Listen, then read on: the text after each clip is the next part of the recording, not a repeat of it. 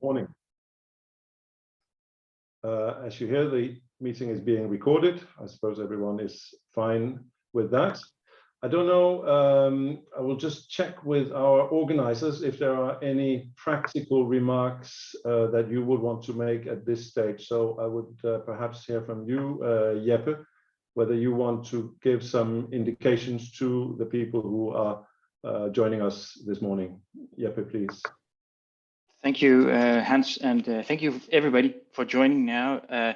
Some practical elements here is that we are on Zoom as the platform. As you can see, we have a lot of speakers. This means a lot of videos. So I would very much like the speakers, when they are not speaking, to sort of to untick their videos, so we can focus on those that are bringing forward their words. Then I would also invite all participants to keep your chats very brief. If you cannot keep them brief, maybe that's because you are linking to something, then just place the link. There are a couple of times where we hopefully will have time for questions and answers. Don't worry if your question will not be answered on live here. We will download the chat, and we will try to our best knowledge to answer these questions as parts of the follow-up for the conference. I think that is about it, and I'll therefore stop my video, mute myself, and give the word to Hans and the very first item on our agenda. Thank you very much, Jeppe.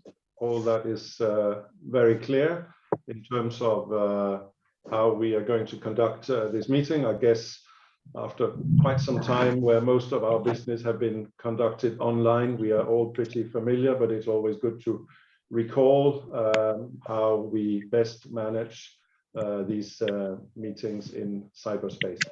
So without further ado, I would give the floor to the Commissioner, Kadri Simpson, the Commissioner for Energy in the European Commission, and I think she will give us a welcoming address. It has been recorded because unfortunately she couldn't join us live this morning, but as I understand it, the video should be ready, so I think we can launch that now, please.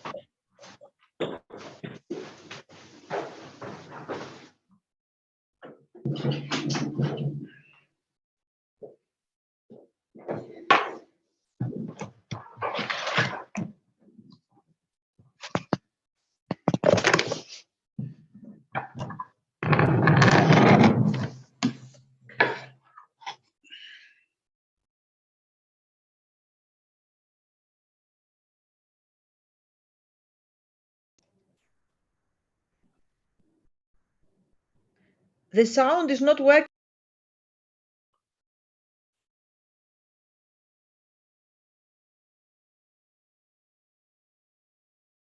Yeah, I think there was a slight issue there with the sound, so maybe we can start it again, and hopefully with sound, I think that would be better.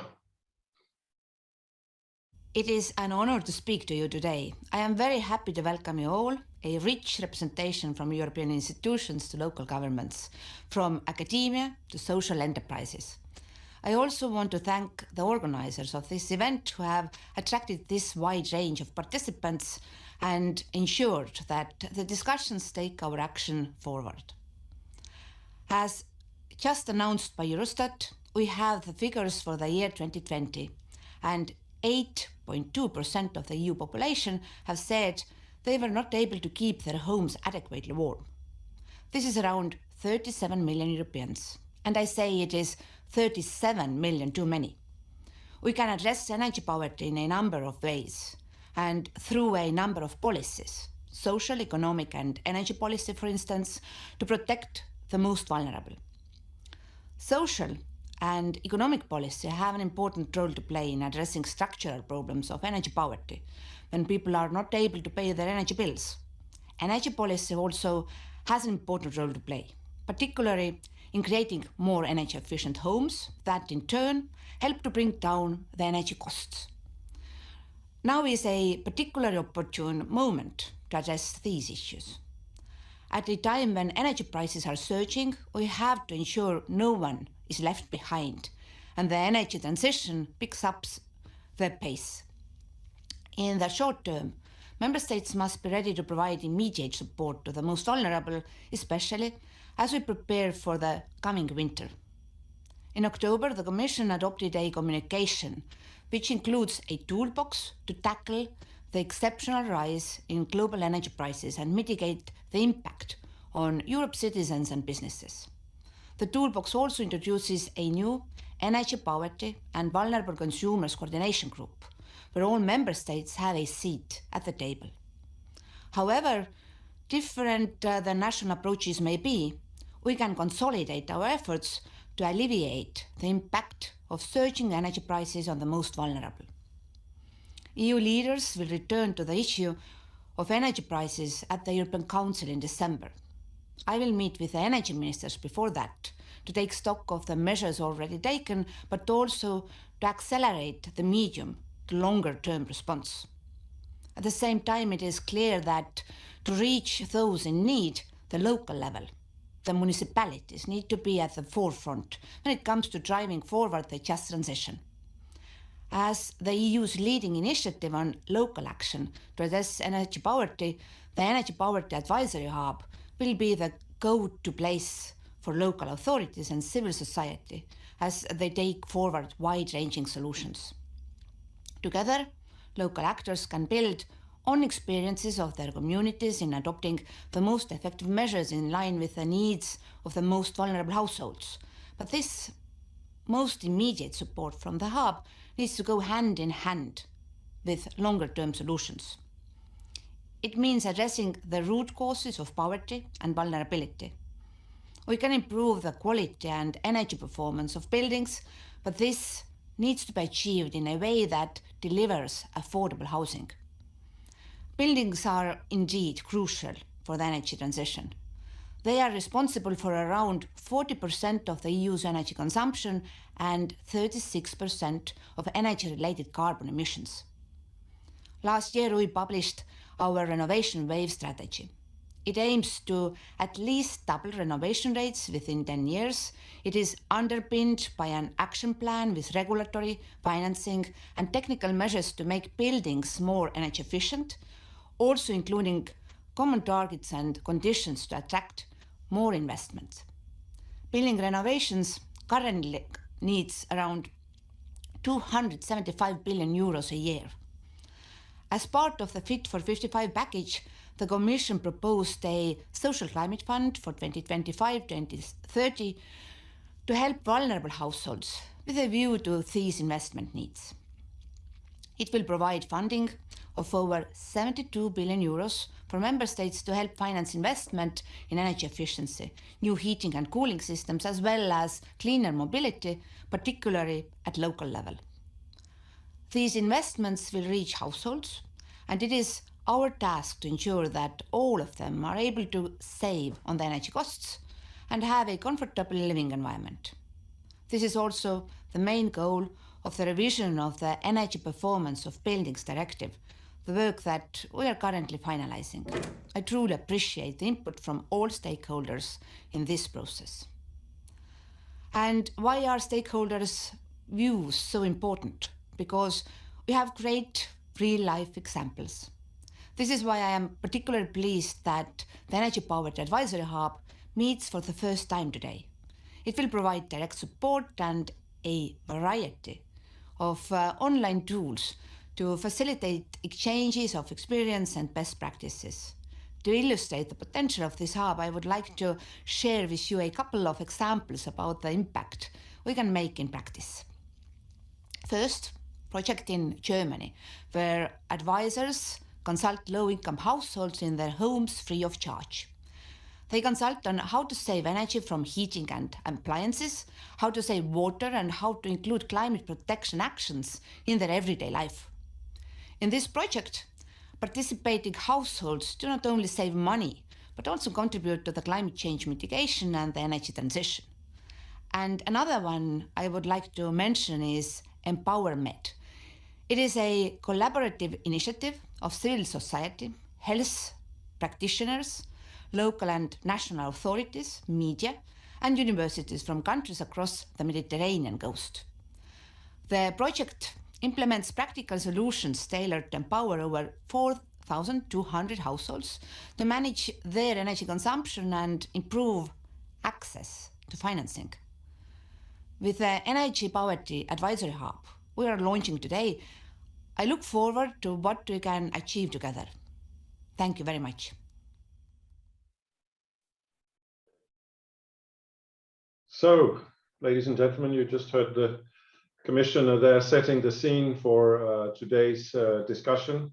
And of course, as you all know, the Energy Poverty Advisory Hub, which is the launch event here today, is the, so to say, follow-up to the Energy Poverty Observatory. So in a way, you can say that we're going from observing to now advising, taking action. And I think the Commissioner just explained some of the kind of things that we're doing. This has come about, as you know, as a priority action that has been pushed very much by the European Parliament. We're very grateful for that. So we from the Commission are implementing this project together with the contractor who's also helping us organize the event here today. And we have today for you important speakers from both member states, from the presidency, and of course from the Parliament, but also the local actors, as you just heard the Commissioner say, very important there. We have a packed program, so I'm not going to say much more except to hand over the floor to Tadhg O'Brien, who will be moderating the first part of this event. So Tadhg, I hope you are still online. I see you there. So Tadhg, over to you. Thank you very much, Hans. Thank you, Epa, and everybody for good organization so far. I'm very happy here on behalf of our unit to moderate this, the following sessions. In particular, I'm very happy that we have the honor of welcoming for the Council, but also for Slovenia, Minister June Jovotovic. Please correct me if I've pronounced that wrong. I know what it's like when people mispronounce your name, as you will see from my own spelling. I think this is, I think, as I said, it's a real honor for us here. I think it shows the importance of energy poverty and practical solutions to try and address it, and that you are here to help us launch this new advisory hub.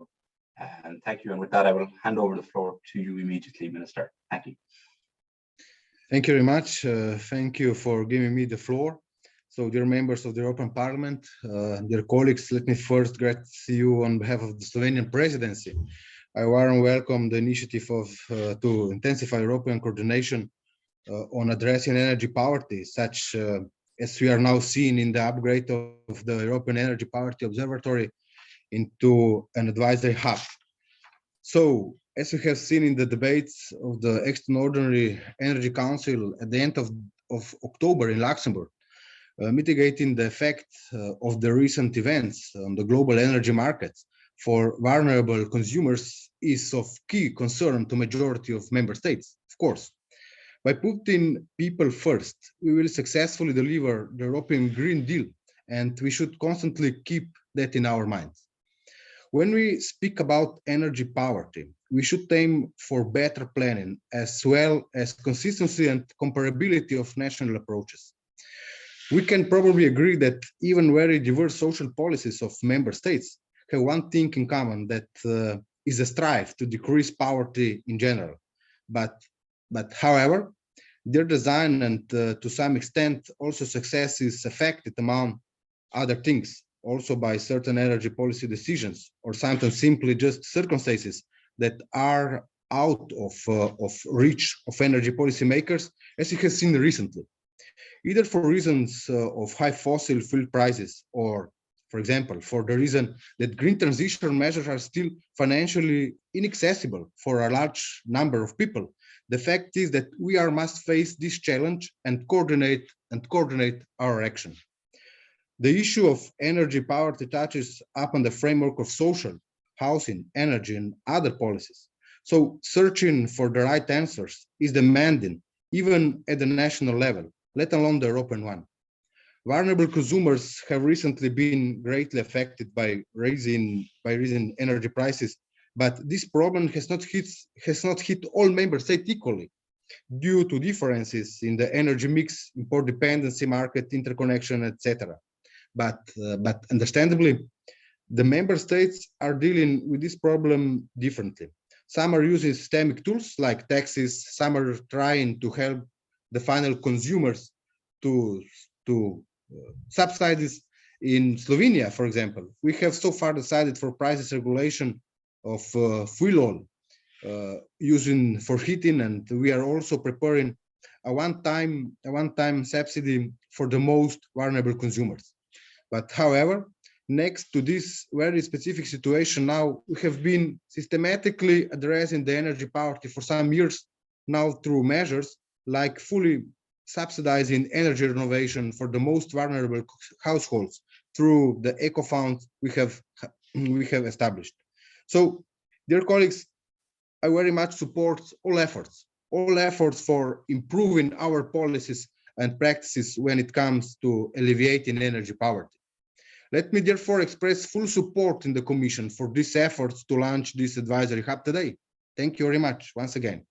Only with better knowledge and monitoring will we be able to determine the most effective measures to prevent energy poverty. So I wish you all the best during this session, and thank you very much once again for organizing today's meeting.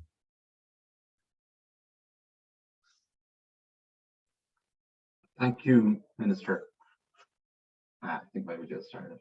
Thank you, Minister, for those very nice opening words and for your support for this action advisory hub dedicated to ensuring effective action to address energy poverty, which you, as correctly said, is quite high on the agenda at the moment. With that, I think one of the issues that's very clear with energy poverty is that it affects across society and requires that we tackle it in multiple ways. And I'm very, very happy that our next speaker here is going to introduce today is Epa Atlas from the European Economic and Social Committee is here to do it. Although I was going to say the most important thing that you're bringing here is your presidency of the section for Transport, Energy, Infrastructure and Information Society. I looked up your biography and I saw a very nice way that you put it, because on the EESC website it simply said consumer protection under biography in inverted commas, which I think is very important. But I think here we're looking at a very specific branch of consumer protection and how we go about it. So without further ado, Ms. Milica, and thank you for joining us, and thank you for your words today in advance. Thank you and good morning, Mr. O'Brien. And also I would like to, on behalf of European Economic and Social Committee, indeed to welcome you in this Energy Poverty Advisory Hub, I would say conference, or even whether we are remotely or presently, but this topic is really important. And indeed, on behalf of Economic and Social Committee, this topic is in our agenda as a priority for some years already. And especially it gained the visibility in this year. And if you remember, 20th of April, early this year, we had already conference on energy poverty at the crossroads of European Pillar of Social Rights and European Green Deal. And we highlighted this in Green Deal perspective. Indeed, you were already one of our guests, Energy Poverty Advisory Hub. Your representatives were there with us, and we were happy to discussing many topics and also publishing conclusions. I will be happy to share them. Indeed, you were right. I'm representing Transport, Energy, Infrastructure, Information Society section. And from transport energy perspective, energy and mobility poverty is really essential.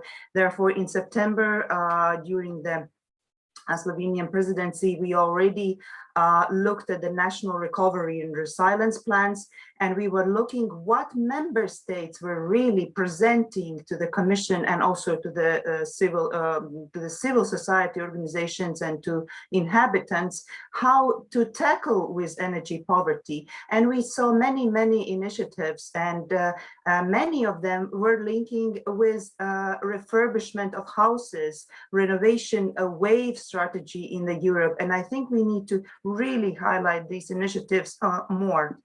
At the last work, what we are engaging into is 9th of November, we adopted Social Climate Fund opinion. And in this opinion, civil society organizations, because I need to remind you that we are gathering 329 members across European Union member states. And in this opinion, many civil society organizations mention that we need to be really attentive to any price changes in the market, but we also need to look at the extending emissions trading to building, road transport, pointing out to us expected social and economical impact, as you said, to the many social groups that are vulnerable, for example, pensioners or people at scarce household incomes, and thinking about heating, because now the winter already enters, and we expect that these district heating prices will raise. And also thinking about small and micro enterprises, because many of them are can be vulnerable in this situation when the prices raise. Probably before the price raises and market changes, it was not a case, but nowadays it might be different. Therefore, ladies and gentlemen, I don't want to take more time of your discussions and debate, and I will follow you. I would like to say that Economic and Social Committee 10 section Transport, Energy, Infrastructure section is open, and we will continue in the French presidency to dedicate a conference on the energy poverty. And of course, we will invite also you to be presented there. Thank you very much, and have a fruitful day.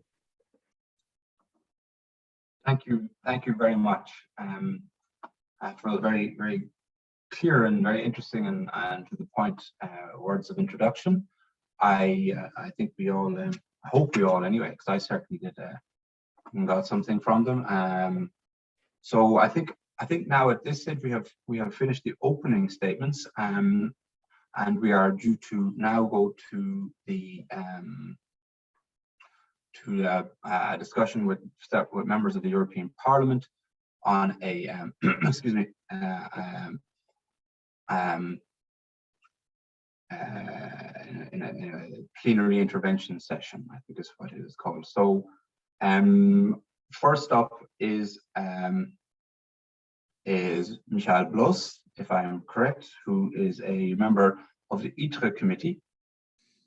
Michael is also, I'm good to see you again. I think we interacted, I think, at an earlier energy poverty event in the Parliament, Mr. Bloss.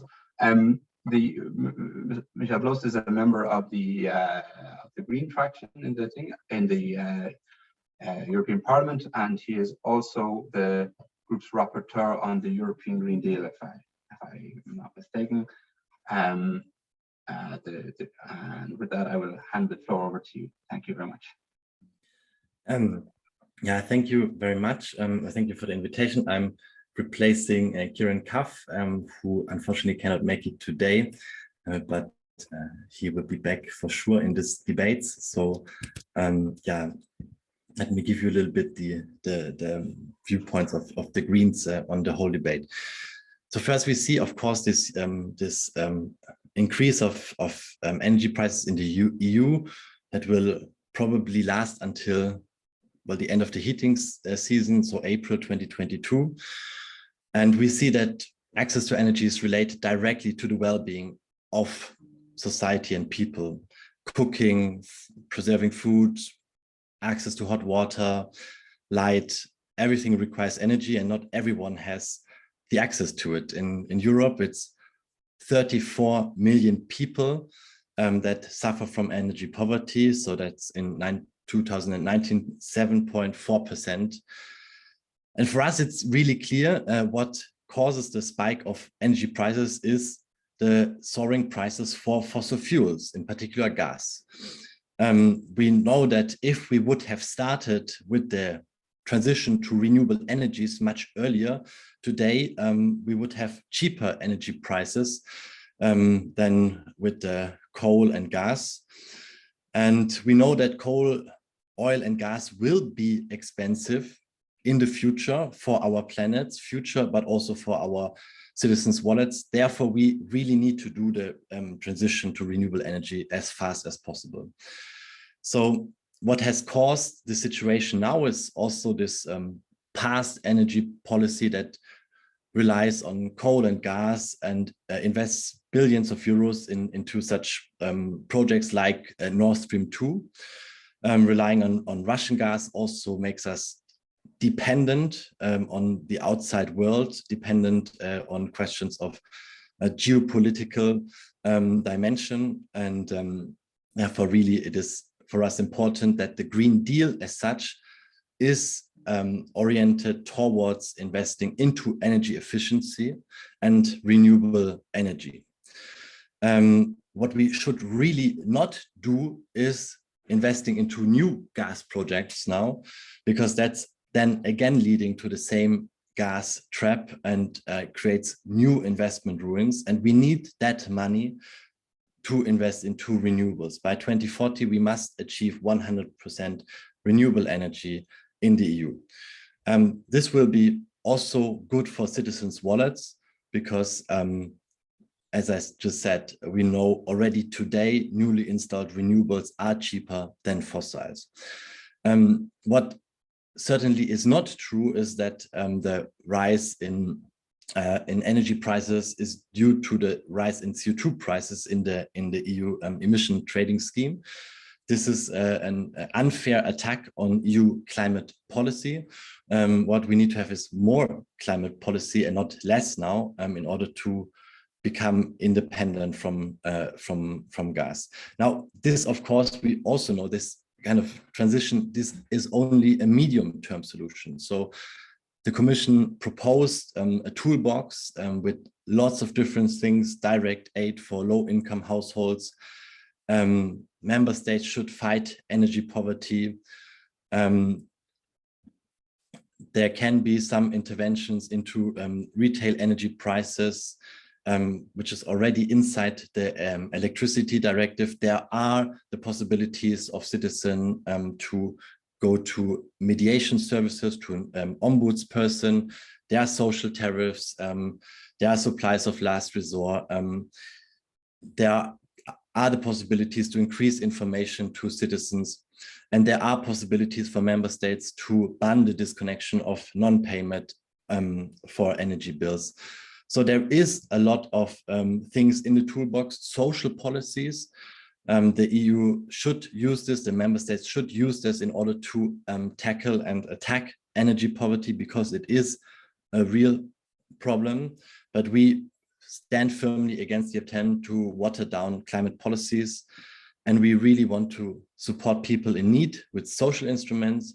And we want to provide cheap energy solutions to citizens by accelerating the transition to energy efficiency and to renewable energy. I hope I could make clear the viewpoint of us on this issue. And yeah, now I'm looking forward to a fruitful debate. Thank you very much. Thank you, Michael. Thank you for the very clear contributions again, and also for putting energy poverty in the immediate context of the current high prices, but also in the wider context of delivering on the European Green Deal. I hope we come back to some of the issues that you mentioned later. We now move on to the next participant in this round. I'm very happy to introduce you to Maria Spiraki, also a member of the ITRE committee for the EPP. Maria Spiraki is a journalist, I understand, by background, and I look forward to your insights, both from your political side, but also how you think about this is being put across to and being picked up by citizens across Europe and in Greece in particular. So thank you very much, Maria, and happy to hand over the floor to you now. Thank you. Thank you for having me in this very important day.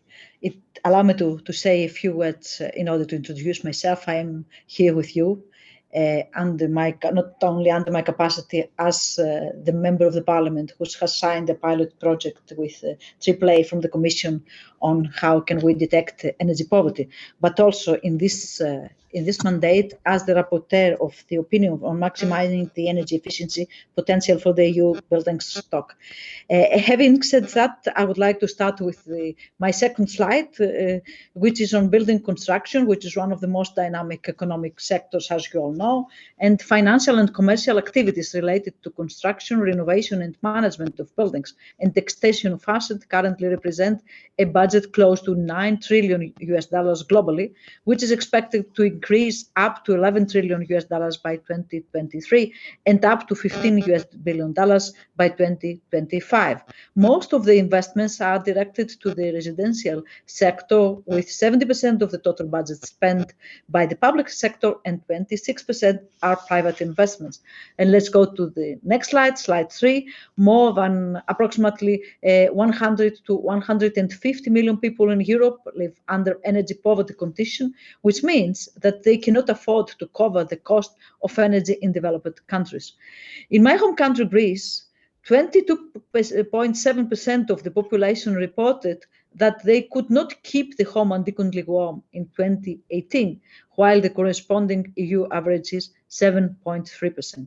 Similarly, 35.6% were unable to pay their utility bills on time due to the financial difficulties, while the respective EU average is 6.6%. Bear in mind that Greece's performance in the expenditure-based indicators is similar to EU average. The share of households that spend an unusually high share of their income on energy expenditure in Greece is 16.3%, close to the EU average. Even the numbers are quite high. It seems that the split incentives provided by the Greek government have a quite positive effect, specifically as reported by the last newsletter for energy poverty, which is based on official data 2 months ago. The population in danger to face energy poverty or social exclusion is 28.9%, showing a decrease compared to 2019 by 1.1%, even though the numbers are remaining high. The average equivalent individual disposal income amounted to 10,041 euros, increased by 7% compared to the previous year. Finally, the risk of poverty or social exclusion is higher in the case of people aged 18 to 64 years old, which are the active working population. I will go to my home city, to Thessaloniki. Concerning my home city, Thessaloniki, in a research conducted by the Aristotle University of Thessaloniki and presented in 2018 in small and medium-sized households, it seems that 60% use the heating system with natural gas, which shows that serious incentives must be given to replace the heating system without having fossil fuel in it. 17% use at least 2 heating systems. 70% use at least 2 heating systems, as they can no longer meet the needs for adequate heating, which led them to use an additional heating system, such as the fireplace or a wood stove. That obviously leads to deterioration of thermal comforts. 13% often show an inability to maintain the indoor temperature inside their home. Homes are mainly those that use oil for heating. And 11%, their heating system to be inefficient. They believe, they consider 11% also are waiting for the indoor temperature to drop below 15 Celsius degree for the heating system to work in order to save money. Concerning mortality and morbidity, recent statistics from 11 European countries show that cold homes cause almost 38 to 100 deaths per year, equivalent to 30% of the excess winter deaths. Furthermore, overheating during the summer results in long exposure to very high temperatures, even above 40% in Greece, in Cyprus, seriously affecting low-income households, health and well-being of low-income households, and increasing the heat-related mortality and morbidity while increasing social inequalities considerably. Let's go to slide 4. It's obvious that there is a significant lack of healthy and affordable housing in the EU. Moreover, this year we are facing high energy prices, as you have already mentioned, that are expected to increase the whole wave of energy poverty. There are several examples of tackling energy poverty that can be categorized in, according to my opinion, some kind of 4 sectors. First is the financing structural improvements in the energy situation for household. There are 3 conventional private building renovation instruments that are applied in Southeast Europe. It is the renovation loan programs, it is the urban development funds, it is the energy service companies as well. Often these types of financial instruments include a grant element. We have a lot of good practices example. I would like just to mention some of them. It is the GREDEX renovation loan program. It is the Lithuanian modernization fund. It is the Latvian Baltic energy efficiency facility. It is the Better Energy Warmer Homes scheme in Ireland. We have also energy audits. Audits can be effective tools for reaching poor households. We have also financial assistance, reducing energy bills and social support. We have policies in Greece to provide free electricity to extreme poor. We have policies in Romania. We have the Romanian fuel heating subsidy in Croatia as well, the Croatian energy allowance. In practice, I have to mention that these kind of subsidies help to prevent the worst of energy poverty, of course, during the winter months. But it is, according to my opinion, an ineffective measure in a mid and long-term approach because they do not improve energy performance. We have also measures like legal disconnection protection. There are examples in disconnection protection in Catalonia, in the Netherlands, and in Romania as well. And we have information and awareness measures. Specific informatic programs for energy poor households include the Energy Save Check program in Germany, which is very, very important to know, the Social Energy Without Limits program in Austria, and the Keep Warm and Well program in Ireland.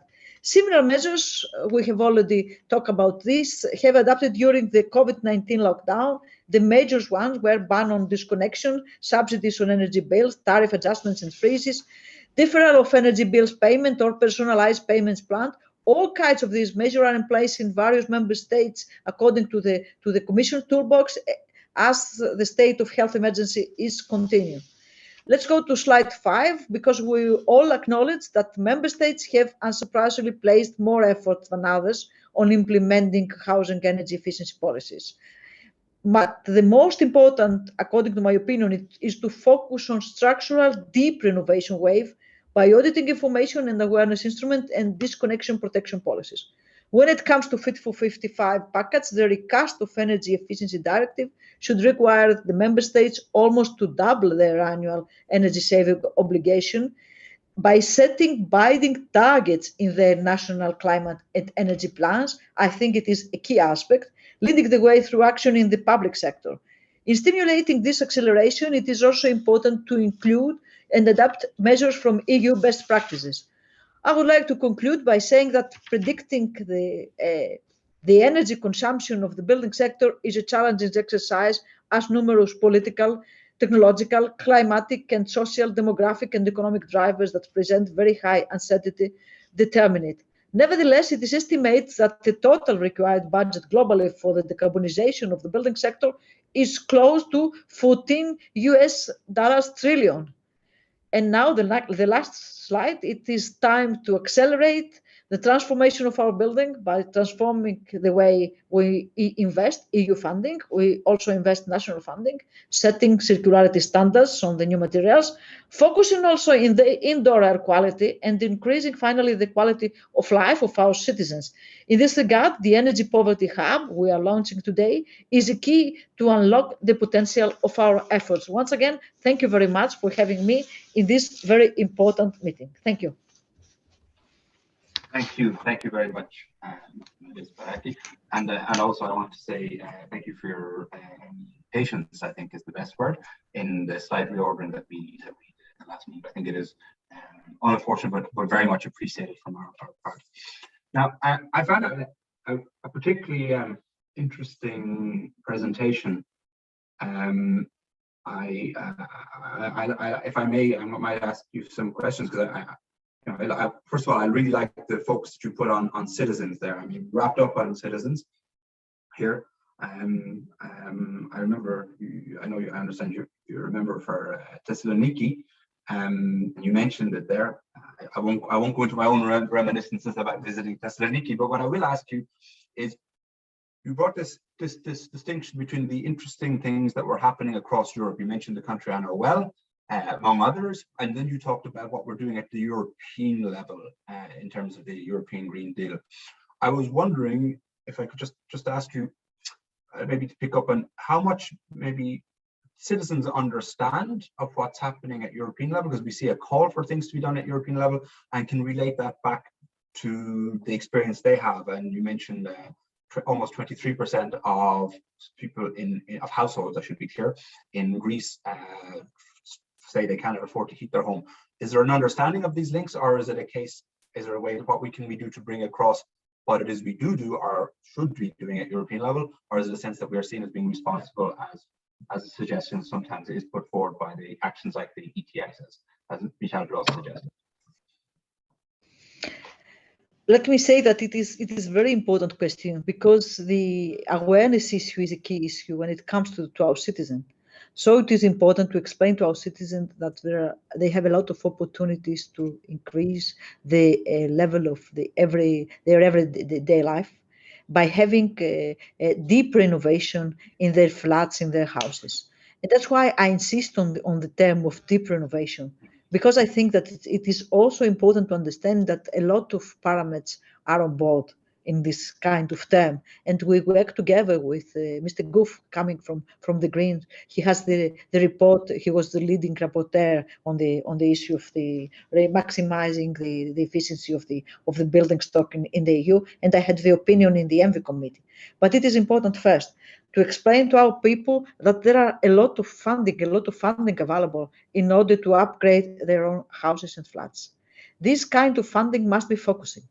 I insist to the member states and to my home country, Greece, that we have to create special purpose vehicle in order to upgrade not only a flat, but also a neighborhood who has problems, and a neighborhood in which we have to intervene in it.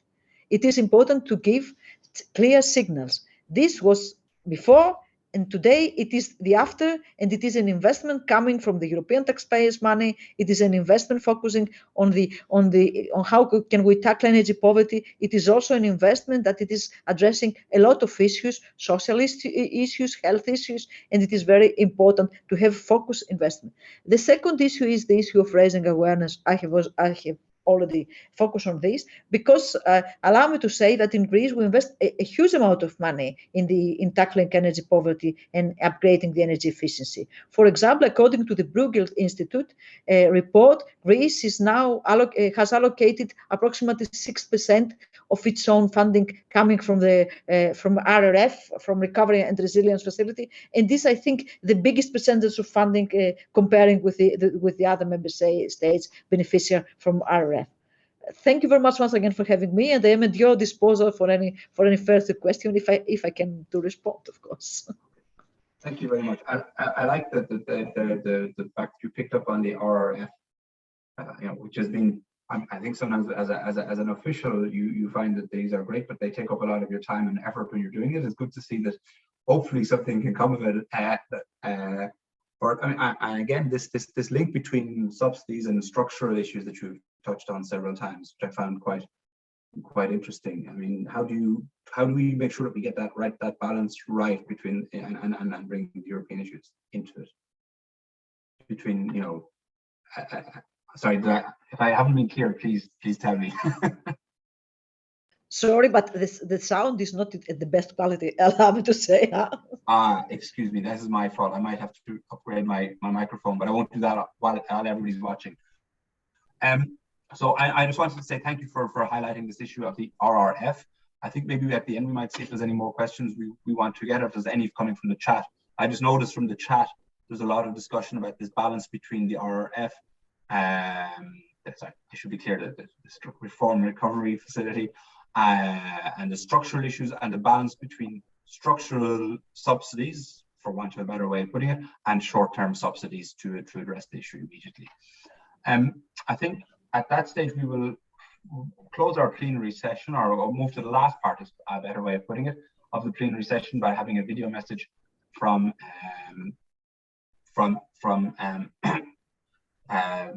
Pedro Marques, who's also one of your colleagues, who was formerly a minister in the Portuguese government, and now I think we'll give a brief video if the colleagues can prepare that and start. Thank you.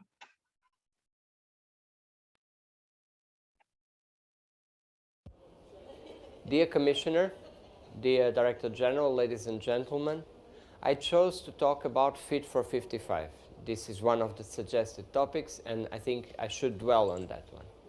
I believe, as a member of the European Parliament, I have fought for this idea that much of the success of the European policies lies in our ability to win the citizens to our causes. In this particular case, the purpose is to win the citizens for environmental cause and consequently for the goal of reaching carbon neutrality. I think that the last few weeks have caused us many concerns. Let's see, for instance, the conclusions of COP26. We read hundreds of articles about the climate summit. Finally, we had the conclusions, a minimum agreement. We have moved forward, it's true, but still, in its climate edition, Politico, we can read it just now. Basically, they say that in its front page about Glasgow summit, blah, blah, blah, written 6 times. This is the kind of conclusions that we have to fight against. At this stage, having come to this point, we have to conclude that this feeling exists, persists in people's minds. And that's a problem. That is why I just chose to address the importance of Fit for 55. It's important for the EU political actors, the citizens, and for all of us. If we take in notice that 18 of the hottest years on the planet were registered after 2000, do you know that the European Union is after China and the US as the 3rd emitter of greenhouse gases in the planet? Do you know that we have to radically reduce airplane transport, or at least change it significantly, causing a revolution in mobility and tourism, if we also think that we must change, for instance, cruise shipping in our shores? We know that we have to move to electric cars, but they are still too expensive for the general citizens. While I was preparing for this speech, I was reading a series of documents on this issue, on political and energy contexts, on energy poverty, on good practices. This approach, this reflection, came to me in one communication by the Commission to the European Parliament, the Council, and to the European Economic and Social Committee, and also to the Committee of the Regions. And there it is stated clearly, what we accomplish in the next decade will determine our children's future, which explains the continuous and growing public support for climate ambitions. I fully endorse this phrase. But further down, I also read that the proposals put forward create the building blocks for the economy of the future, with landmark strategies on biodiversity, the circular economy, zero pollution, sustainable and intelligent mobility, the wave of renewal, sustainable food, hydrogen, batteries, offshore renewable energy, many other areas. This is a good example. I mean, it's a thorough approach to the strategy, but how many of the nearly 500 million EU citizens understand this message of ours? I am convinced that we have not been able to be emphatic enough about what is coming. We have not yet been able to explain the Fit for 55 and how it is important to save the planet, a joint effort that the EU is committed to do to ensure that it has the political will and the policies to achieve carbon neutrality. We have not said clearly enough that we will not let certain areas of Europe simply close down when we have to retain jobs and industries. We have to explain to the people that they must join this fight for the planet with the certainty that no one will be left behind. The professional training of our workers, of our job seekers, the active inclusion of changing workers, even the dramatic change in the way professions are conducted, that will happen, and we need to be prepared. That we need also to support the microenterprises, the incubators, the universities, the new technologies, the new forms of sustainable mobility. Fit for 55 is one of the European Union's most impactful packages of legislation for years to come. But the fair transition must be at the core of all of these policies. If we don't change our language, but also our approach, when we come together to address this issue, we will not get the European citizens on board of this effort, which is Fit for 55. This is a dramatic cause because it's not about the EU, it's about the planet. And so, again, we need to be bold, we need to be ambitious, but at the same time, we will only achieve our targets if we really leave no one behind. Thank you so much.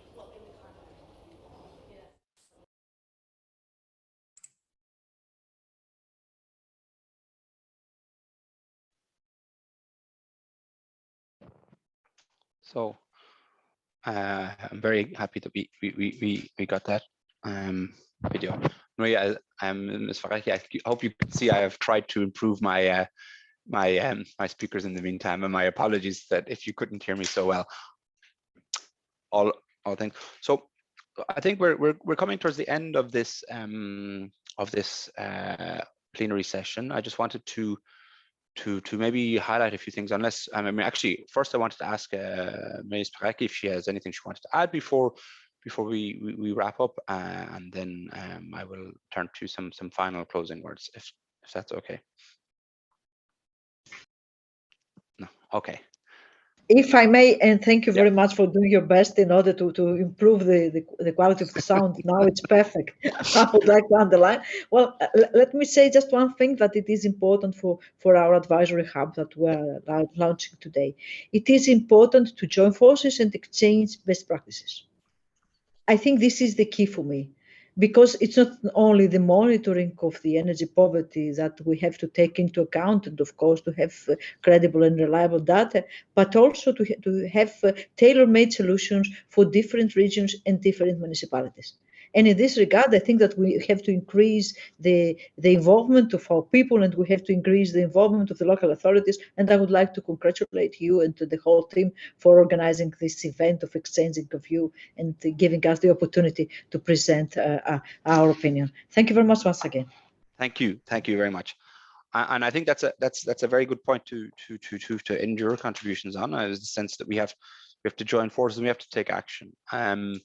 So there's 2 points I just want to finish as we come towards the end here. One, actually, is, again, thanks to everybody for their contributions. We are very cognizant, to use the word, that this is a difficult week, a Strasbourg week, a difficult morning, Monday morning, for everybody at all cases, and we particularly appreciate the time that you've taken to contribute here today. The idea of joining forces as well, I think, is very important. That's why we're very happy that there was such a strong contribution here from the European Parliament today, as well as having earlier from the presidency. But this sense that the Parliament takes this issue very seriously, as is appropriate given the closeness of it to citizens.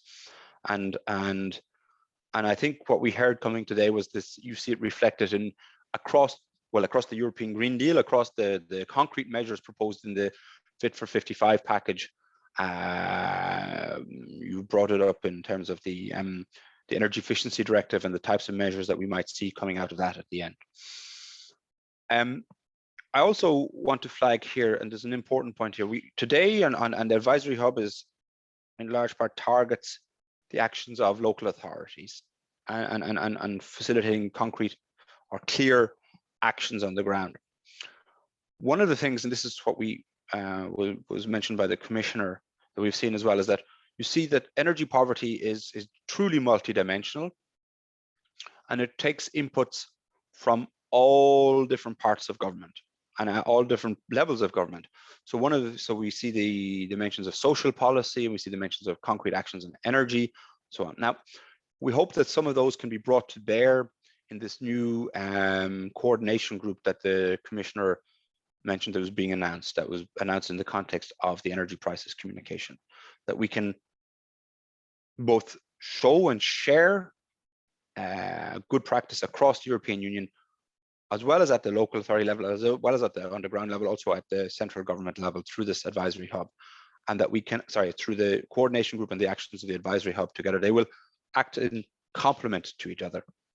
I think that is one of the things that we hope. So the action begins to be clear and to solidify now, even as we engage in the negotiations, which are ongoing as you engage in the negotiations on the individual measures under the clean energy under the Fit for 55 package. So with that, and I think with this sort of idea that we are all very busy in every sense of the word and very busy in addressing energy poverty, I think it's time for us to close this session. Once again, with many thanks to everybody who's listened, for the people who have been sending questions in the meantime. As Epa said, we will try to ensure that they are addressed, but also in particular to our contributors. Thank you very much. And I'll hand over the floor to Epa now. Thank you. Thank you very much, Taig, and thank you to all the speakers today. I'm very pleased to hear sort of the very last word from Ms. Biragi,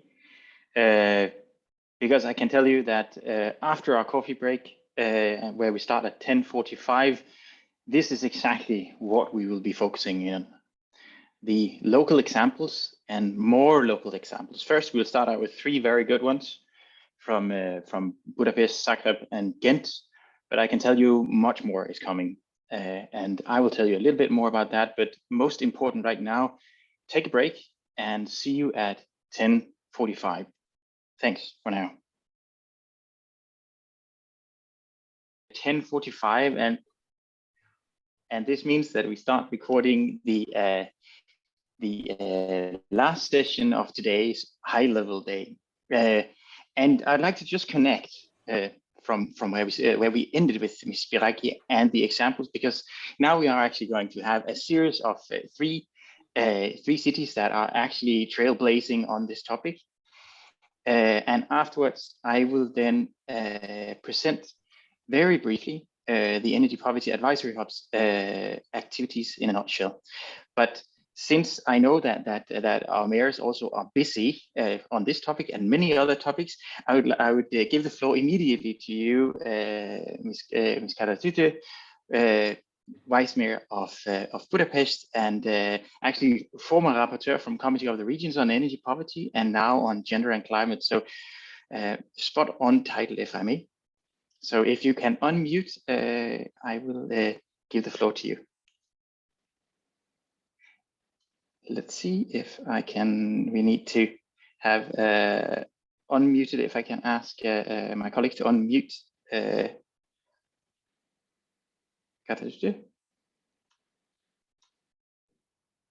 Okay, is it working now? Yes, of course, everything's working.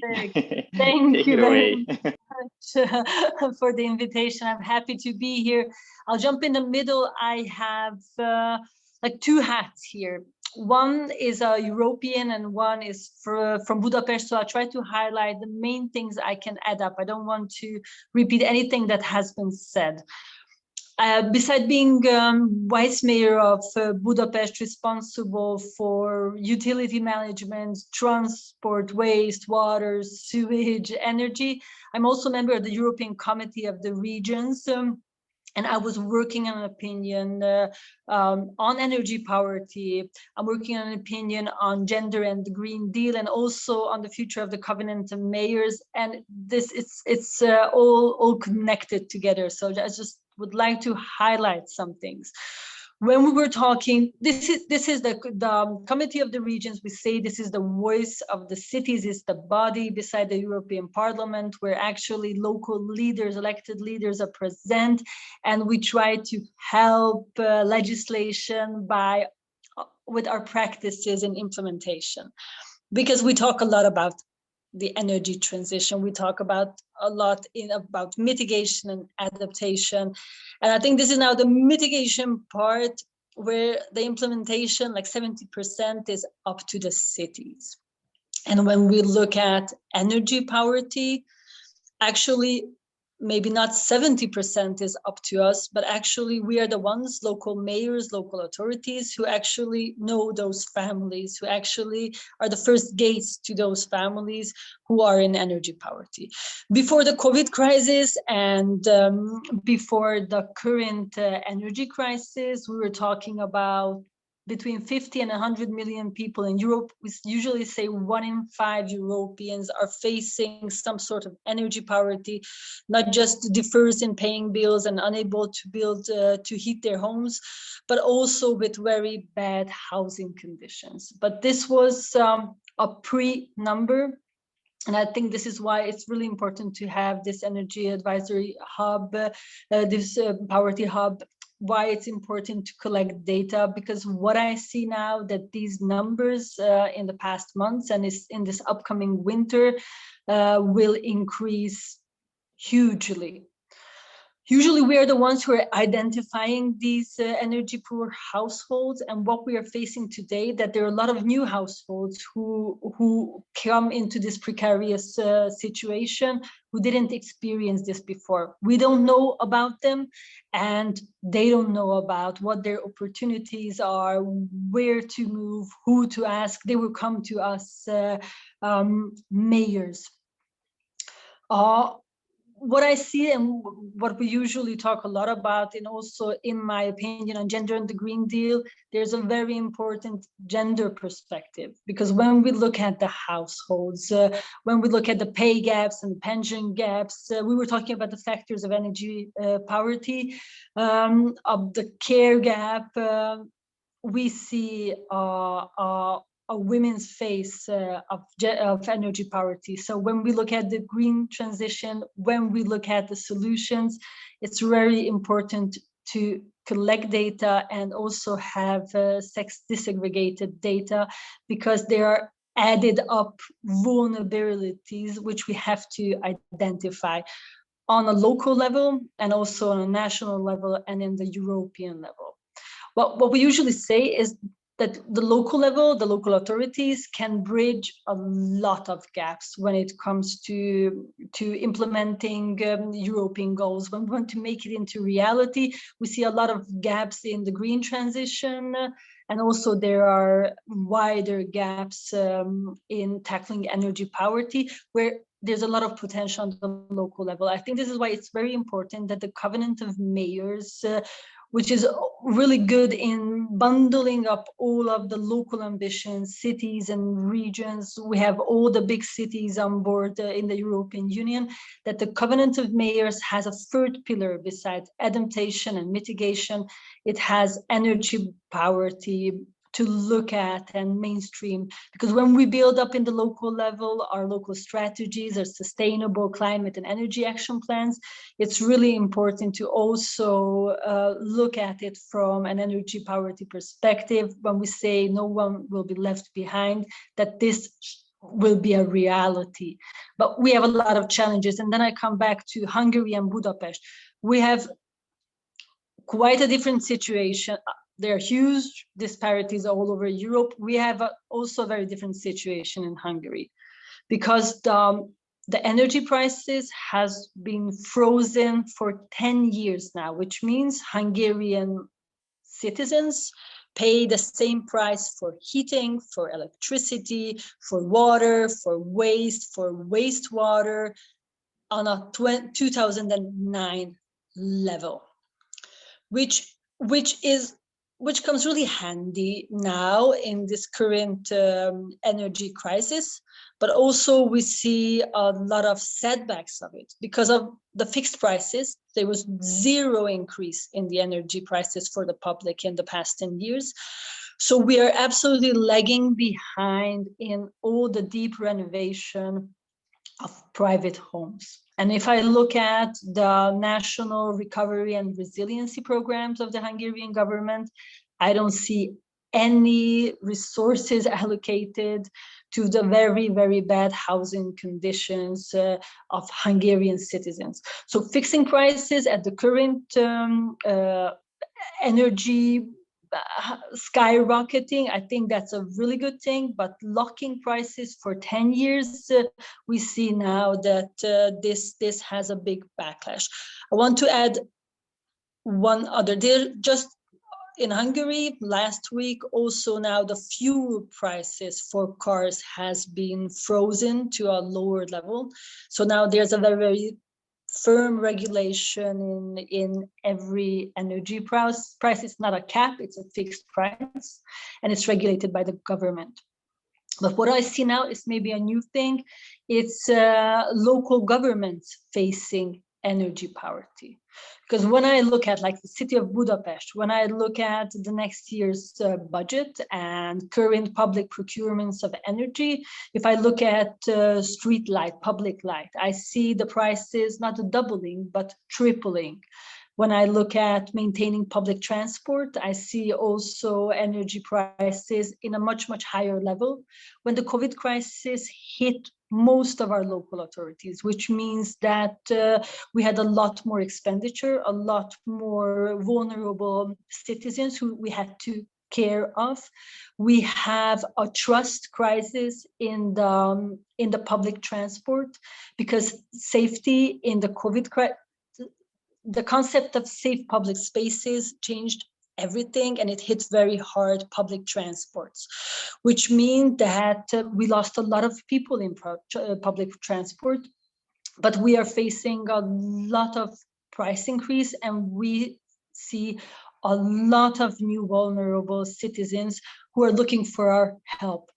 So the point is, and what we always stress is that local authorities are really good in the data collection, good potential in identifying customers. We are the ones who are seeked at moments like this, but we can only help if local authorities are strong and they have their authority, which is now not really the situation in Hungary. So just a quick wrap of what we're doing. Of course, the Covenant of Mayors, I think that it's a really good initiative in sharing best practices, also in energy poverty, how to tackle all the local initiatives.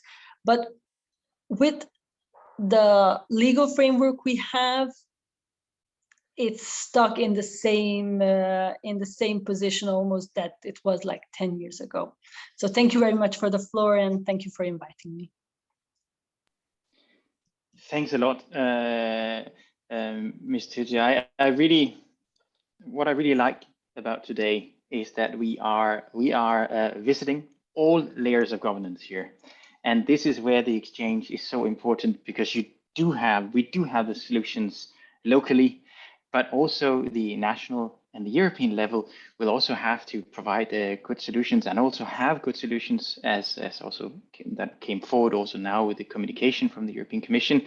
But all these things need to come together, and maybe I'm putting a bit too heavy weight on the Energy Poverty Advisory shoulder now, but hopefully with this platform, we'll be able to align our thoughts and the lingo and the way forward. Thanks a lot, Ms. Tijai. I know that you have obligations elsewhere now, just like similar other politicians. I hope that it's work that will pave the way further for alleviating energy poverty in Budapest, and I'm sure that we'll see much more to you and Budapest in the future, also on the Energy Poverty Advisory Hub, as well as with the Committee of the Regions. Thanks a lot. Thank you. And with that, I'd like to give the floor to Mr. Tomislav Tomasevic. Pardon my poor Croatian pronunciations. Mayor of Zagreb. I'll stop here because I know that you will give a quick introduction to yourself, followed by an introduction to the city. So the floor is yours, Mr. Tomasevic. Thank you, Mr. Chair. Thank you, Mr. Mikelians, if I also didn't butcher your name, last name. And your pronunciation was, by the way, quite good for the Croatian language. So hello, everybody. I see almost 200 participants in this call. So I'm honored to be invited to this panel. Because the issue of energy poverty is quite important to the administration, the new administration in the city of Zagreb, and we want to really improve a lot in this area. Just to present myself shortly, I was elected in the end of May, So we are in power around 6 months, and we are in the power in the city of Zagreb after 20 years of the same kind of administration led by previous mayor. So there's a change, and we are in the beginning of this change. Still, there were some programs which were quite good, especially in the social policy, and we're trying to improve on them and advance them. Also, for the context of the city of Zagreb, I think it's also important to note that we are, beside the pandemic and all the cities, European cities and other cities around the world which are fighting the pandemic, we are also fighting a financial situation that we have in the city, and also coupled with the earthquake which devastated our city last year. So we also have a major needs for renovation of public buildings, also social welfare, pension homes, different health institutions, educational institutions, but also homes of citizens, where the city of Zagreb is co-financing the renovation of privately owned homes by 20%, and the other 80% is financed by the state. So just to give you a kind of a context where we are now. Energy poverty is very important for us because we, as the new administration, because we see the problem also, especially with the old fossil fuels like oil fuel and wood. It's a problem of course, of social exclusion, but it's also a problem of local pollution, local air pollution, where city of Zagreb is having some issues, especially in the winter. So in this time of the year, with fine particles pollution of the air, and also it's a matter of course of climate change struggle and fight against climate change, because again the old usually fossil fuels add up on the carbon emissions. So we see it as a kind of triple problem, and a solution to or when we address the energy poverty, we also address three issues combined. So our fight, the city of Zagreb fight against poverty began, I would say, decades ago with the development of different social programs. And right now, today, approximately 100,000 citizens out of 800,000 citizens of Zagreb are included in some measures of social protection, which are either cash benefits or cash transfers, either they are in kind, either we have, for example, free of charge public transport for a big variety of socially vulnerable groups. For example, all the students which are coming from low-income households, all the elderly people which are coming from low-income households have also free of charge public transport. All the people with disabilities, no matter on the social census, have free of charge public transport, etc., etc. So we finance this directly from the city budget. And also, we have a situation where, at the risk of poverty, according to the Central Bureau of Statistics data in Croatia, we have 18.3% of people in 2020, which is above the EU average. And we have children poverty at 16.8% and elderly poverty on staggering 31%. So you can see how, especially, of course, I mean, this is not a surprise, elderly people are in much bigger risk of poverty than the other social groups. And older women are in higher risk of poverty than older men. So this is then this is the most vulnerable groups in our society in the city of Zagreb. In terms of households and energy poverty in Croatia, we have 6% of households which would be defined as energy poor, but we are also, to be honest, struggling with not having a clear definition of energy poverty in Croatian on the state level legislative framework.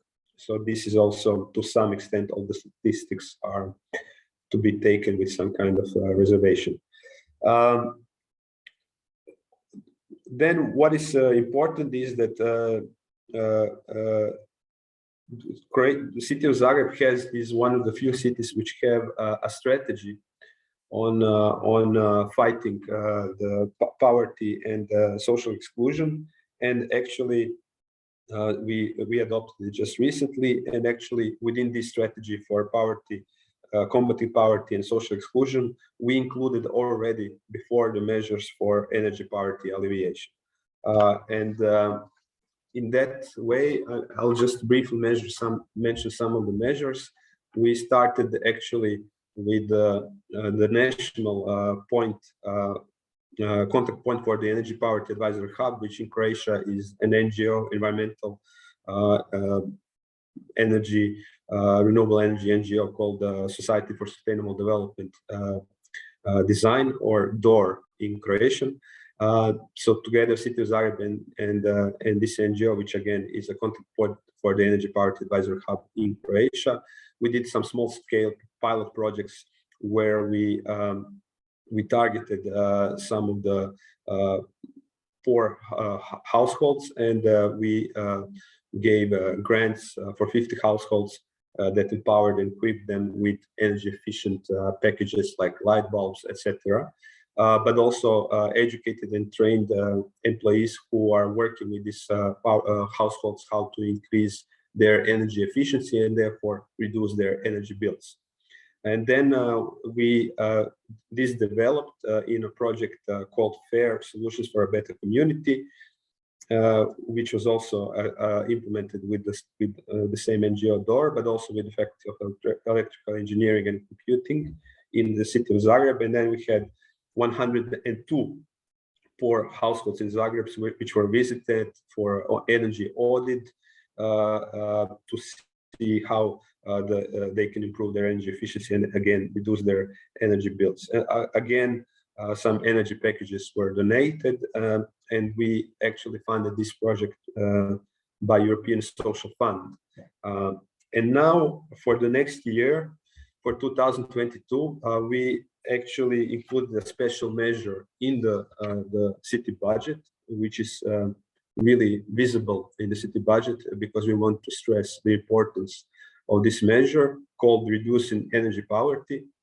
And we increased the number of households by 10 times that we will donate these energy packages. So now we are targeting 1,200 socially most vulnerable households, primarily high at risk of children poverty households and high at risk of elderly poverty households for the reasons that I already mentioned. Again, simple energy audits and education in energy savings will be made alongside the installation of simple energy efficiency measures and replacements of household appliances also, which are not energy efficient, then replacements of doors, windows, etc., to make them more energy efficient in terms of escaping heat, etc.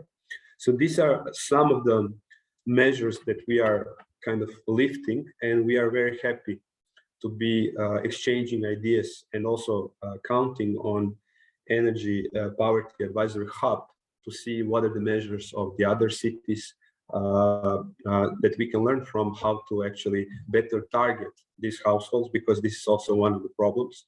And then again, what are the best measures to address as efficiently financially as possible to reduce the risk and to alleviate the energy poverty.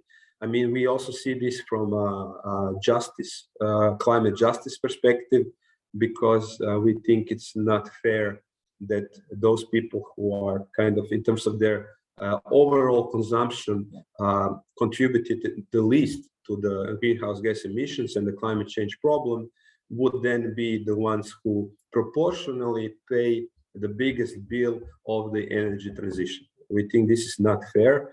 Of course, this is also an issue for national level governments because of different energy kind of legislative frameworks. But so this is also something that has to be addressed on the national level, but on the local level, at least we can alleviate some of these harms and problems. So in the same time, we are kind of also hoping and for different cooperation and exchanges within maybe some other EU projects, which would help us definitely to coordinate these efforts in the city of Zagreb in exchange with the other cities. And we believe that everyone in 21st century should have the right to a warm, dry, and healthy home. Thank you very much.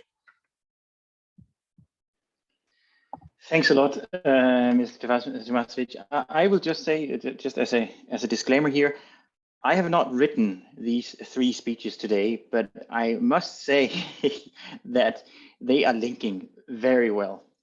Also, Mr. Tomasevic, you end with the topic of climate justice, which I know is something that Tine Hase from Ghent is also something that's very close to her heart and mind. I also take with me that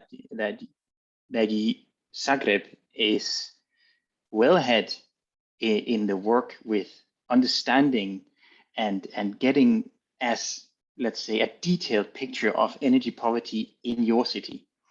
Because as was mentioned before from Budapest, there are not 2 cities that are the same. So we will all need to have our tailor-made assessment. And this is where, and that's also what you call for, inspiration comes into the picture. So we need as many inspirational entries in order for us to think of different perspectives on energy poverty that might inspire us to see other aspects of energy poverty in our city that we may not have thought about before. Thanks a lot, Mr. Tomasevic. I know that you may also have to log out a little earlier due to busy schedules, but I hope that you'll stay around, in particular to hear Ms. Hase from Ghent, and I'm sure that we will also be in touch later on. But I'd like to give the floor now to our last speaker from Ghent. Tine Hase is the Deputy Mayor of Ghent, as well as the President for Climate Alliance. And I will simply just unmute myself and hear the situational stock taking from Ghent. Thank you very much, Jeppe. I hope everybody hears me. I try to share my presentation, if that goes well. Yes, that's okay. So I'm indeed Tine Hase. I'm Deputy Mayor of the city of Ghent. I'm already Deputy Mayor for 9 years already, and also responsible since then for climate policy in my city. But I'm indeed also co-president of Climate Alliance. I'm indeed very happy that the Energy Poverty Advisory Hub exists, that it's launched, because it gives a strong signal that the EU is taking the issue seriously. Can I move forward? Yeah, okay. So what I want to say first is, maybe for some people that might come as a bit of a surprise, but you have to be aware that if you work on energy poverty, that that you're not necessarily reducing CO2 emissions. Why? Because the poor people, they consume not a lot. And what they usually do, for example, is heat one room. So if you help them to renovate the house, what they do, and of course it's their fair share, is to heat the whole house. So in the end, you're giving them more dignity, a better house, but not necessarily reducing CO2 emission. But of course, that may not be an excuse, not at all, not to include energy poverty. We have to do it, and we do it in Ghent. Maybe also I want to share an experience I had when I just became Deputy Mayor in Ghent. I went to a second-hand shop and I was really shocked, because what did I see? I saw that the personnel of the second-hand shop was collecting scrap wood from furniture. And why did they do it? They kept it for real poor people, because that was the only heating source they had, that in Ghent. So some people might think, okay, Belgium is a rich country, Ghent is a rich city.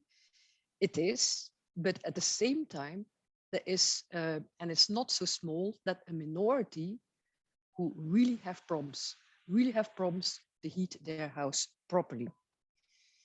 So what do we do? I totally agree with the first speaker that we at the local level, we know the poor families. And one of the reasons is that they, of course, have close contact with our social department. And sometimes they come up to us and tell us we can't pay our energy bills anymore. And the first thing, of course, you have to do then is help them with debt relief. But of course, it's only the first step, but you have to do it because what you can't do is put people more in poverty. We don't want that. But that's just the first step. The second step, of course, is that you go and visit the people at home and to see, give them a kind of free energy counseling and see how they step by step can go to deep renovation. And of course, at the first contact, we help them already with giving them a package of very simple measures like helping with water saving shower heads, weather strips, and LED lights and so on. But that's just a first step to go for deep renovation. Of course, if you want to reach the people, the poor people, and help them with deep renovation, you really have to remove all barriers for those deep renovation.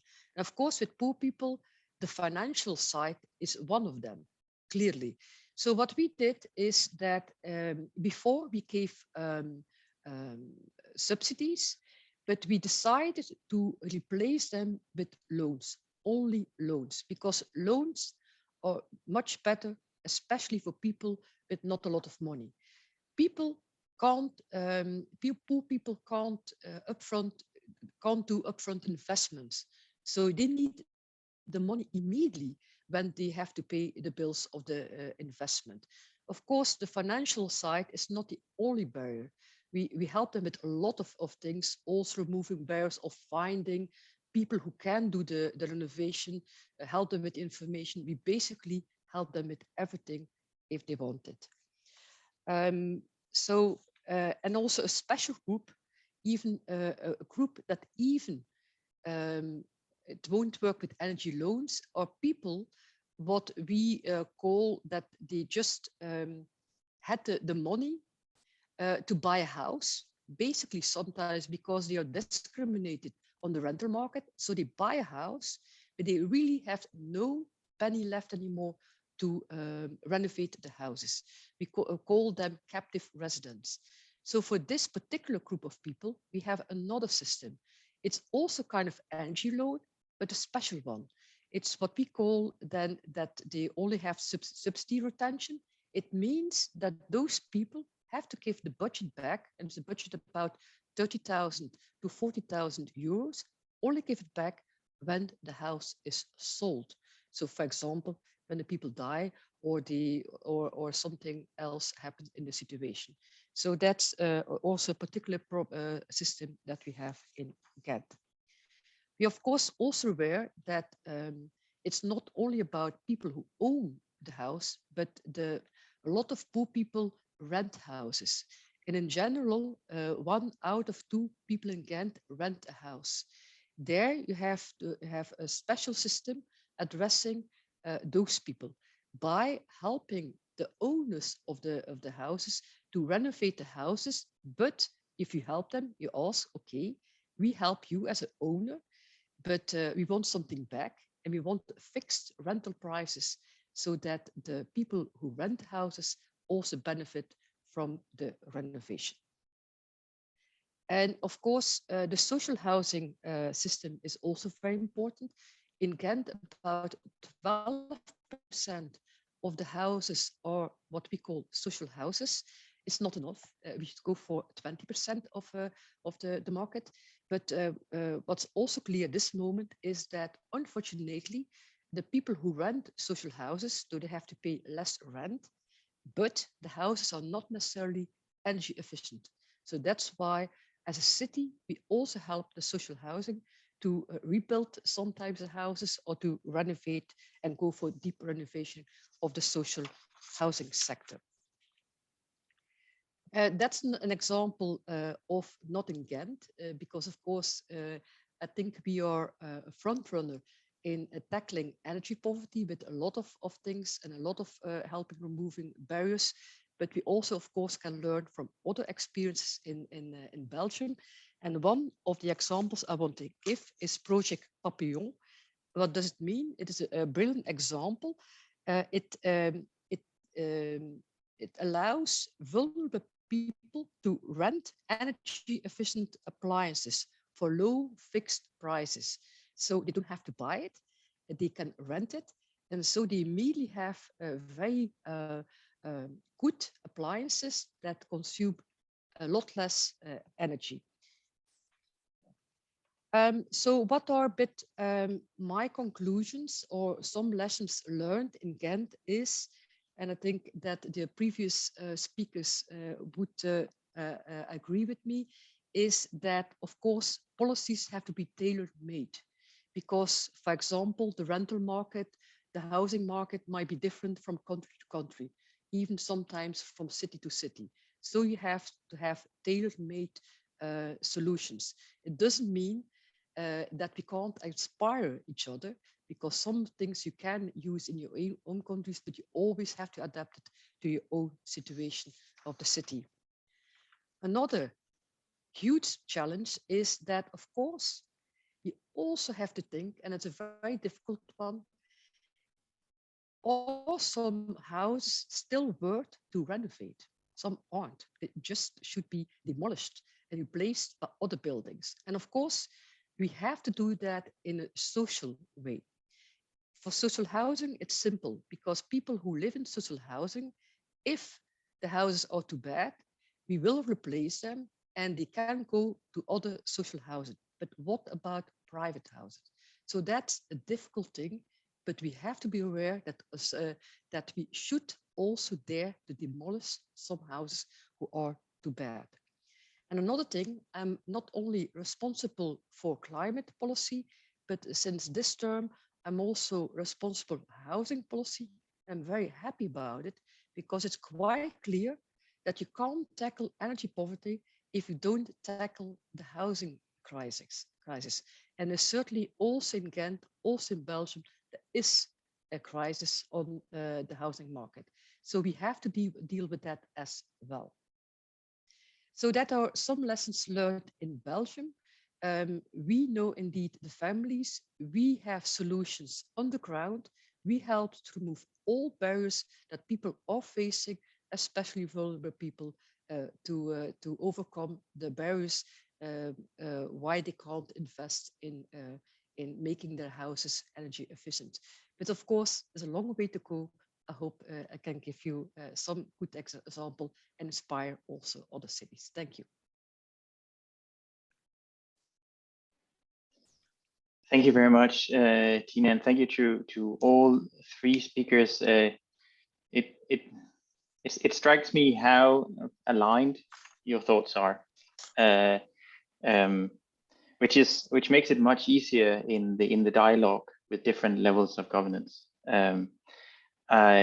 It strikes me how you are combining, let's say, the software with the hardware parts of tackling energy poverty, both ensuring that buildings are renovated, deeply renovated, but at the same time also ensuring that people live in them, also understanding how do we as individual maximize our energy efficiency. I know, Mr. Tomasevic, as soon as I know you have a little time left, we have a lot of cities in the European Union that are sort of at the brink of starting energy poverty actions on the ground. I would like to hear sort of what was it that triggered the activities done in Zagreb? I mean, when is the first hint of the fact that energy poverty needs to be tackled in the city?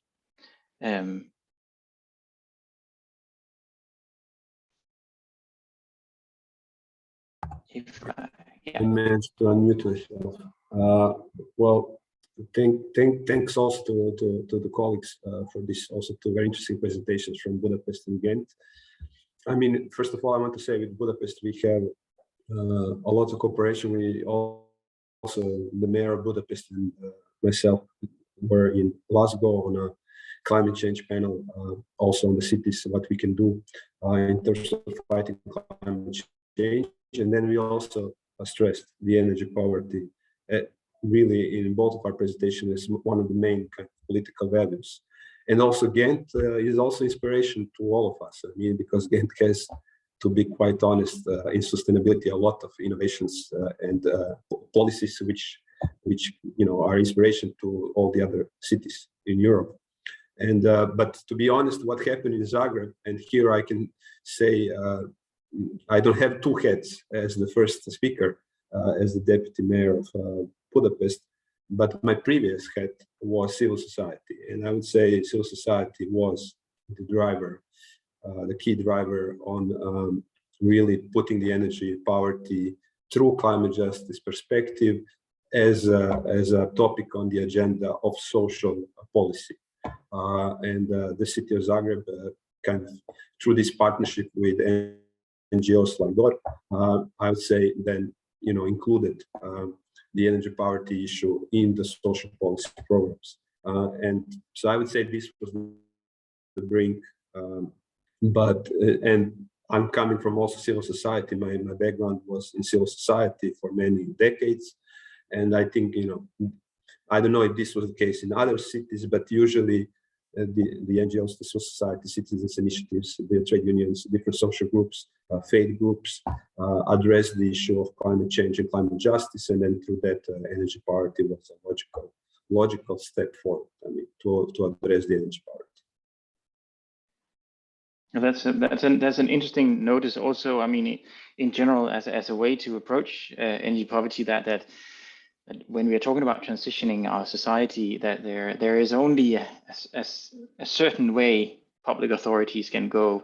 We will also need to sort of to get civil society organizations on board and have basically, if climate neutrality is the goal, well, everybody has to be on board, and that's also why what you refer to, the transition need to be just. Tina, would you like to reflect on this? I know that you have been in Ghent. This has been on the agenda for quite some time, but was there, if you should give inspiration to other people sitting here, it's like, okay, what sort of raised the flag, so to say? Well, it's a good question, because in one way or the other, for me, being indeed already deputy mayor for 9 years, my previous job were also in NGOs, but also in administration, and I've always been working on basically all my life on climate issues. But at the same time, I never been interested in just making sure that the money of the taxpayers should go to the people who need it most. And so I was never very interested in subsidies that only goes to the happy few. And I knew also from evaluations of subsidy programs in the past that we saw that they went to the people who didn't need them at all. So that's exact what we didn't want. So when we started, and of course we always improved, it's not something that we immediately knew how to do it. So what we first did is using subsidies, but subsidies in a way that how less money you had, how more subsidy you got. So that was one step. But in the end, we saw that even that didn't help for all people, so that energy loans are much better. So it's basically, we always had the focus that we should reach all our citizens. And there was, of course, and that's very good, also pressure of NGOs working with poor people, that we never could exclude them. So it's a bit basically experience building up in during the years, and pressure from NGOs, from the people, but also from example, our social department, that we always want this focus that we should help the people who need the help most. That's a very good point. sort of always keep an eye on whether the support is received by those most in need. I think that's a very good starting point for those that are to embark on this topic. Mr.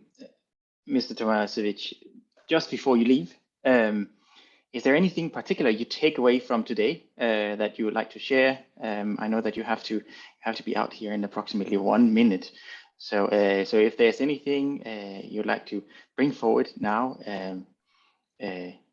you're more than welcome, and then we will move on. Yeah.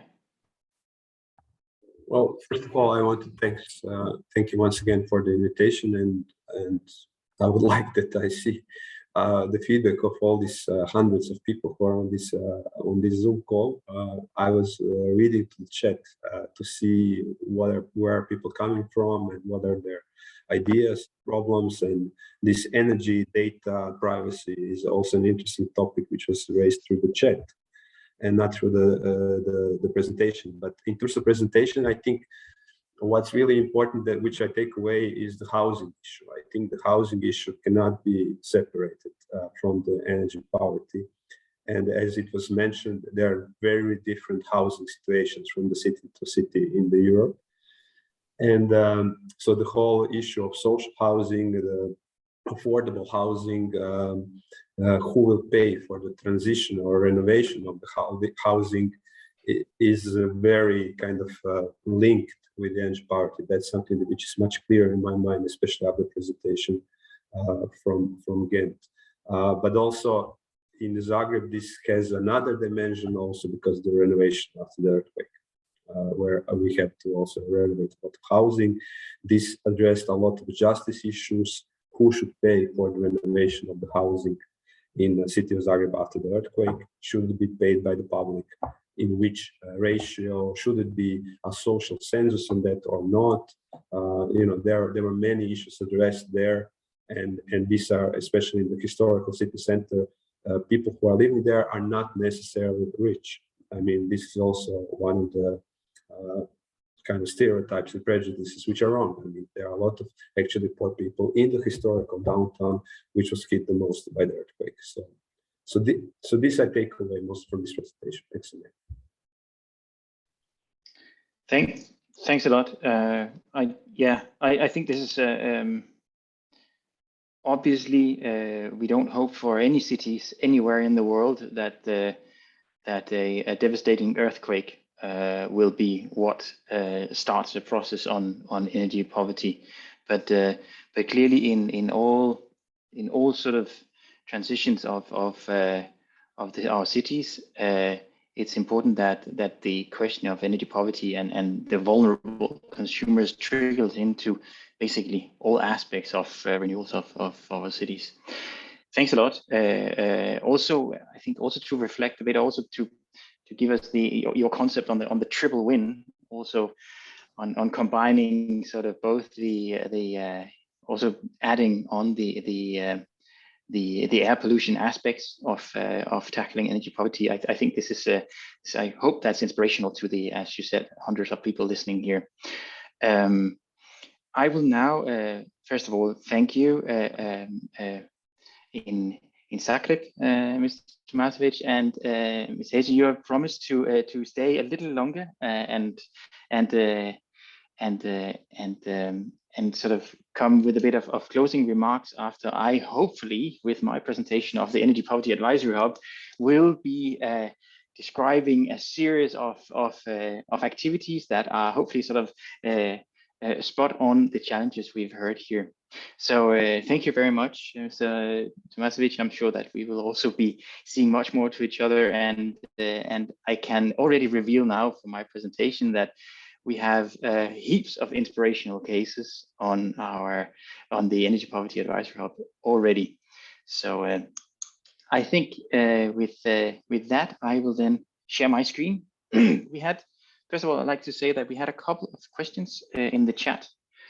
Some of them, what I really like is that the chat here is actually sometimes answering the questions itself. And I think this really shows the strength of of this platform, not only here on Zoom, but or any other web conferences, but also in general, the fact that people are very eager to exchange on the solutions. So there were some aspects on, I saw something with access to data, which is something that I will also touch upon a little later. There are something about sort of the what we call sort of the split incentive, the challenges of the rental market. There, I in particular can refer to the Horizon 2020 project EPAH. If nobody has, maybe somebody has already answered that question in the chat, but this is a project that specifically focus on this challenge. And with that, I will share my screen and in a nutshell try to explain all the things we're going to do, and hopefully you will be able to see that we have done our homework and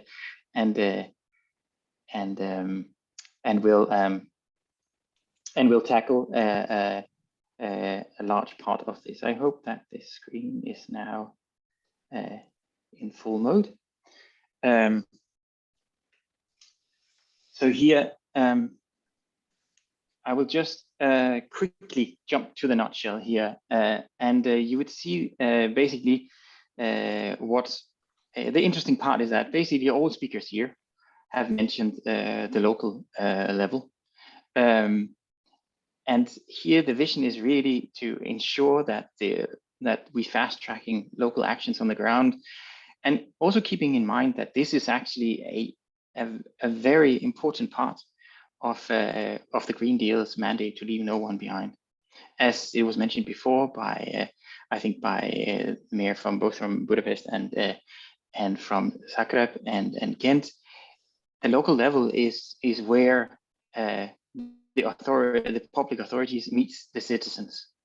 And the hope here is that we all together provide so many good examples that this is something that can be mainstreamed at regional, national, and international level.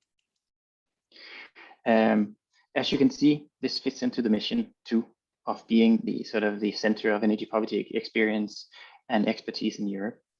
And we will do this by sort of planting as many seeds at local governments to take actions on this, or ensuring that local governments are taking the next step, whether it's the first municipal board meeting where this topic is on the agenda, or whether it's so far that we can support in the financing opportunity and financing solutions, or whether it's about impact assessments of already implemented projects.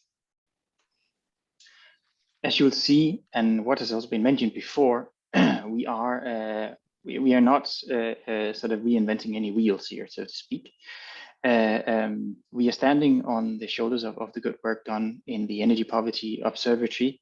And you will also see when you visit our website that the Energy Poverty Observatory still exists as a part of the platform, because it does there's been a distinct focus because of the timing from the Energy Poverty Observatory to ensure a good set and sort of and disseminate national indicators on energy poverty in order to meet the member states' requirements for adding energy poverty onto their national and energy climate plans. Basically, ensuring that energy poverty is on the agenda for your member state's contribution to the Paris Agreement.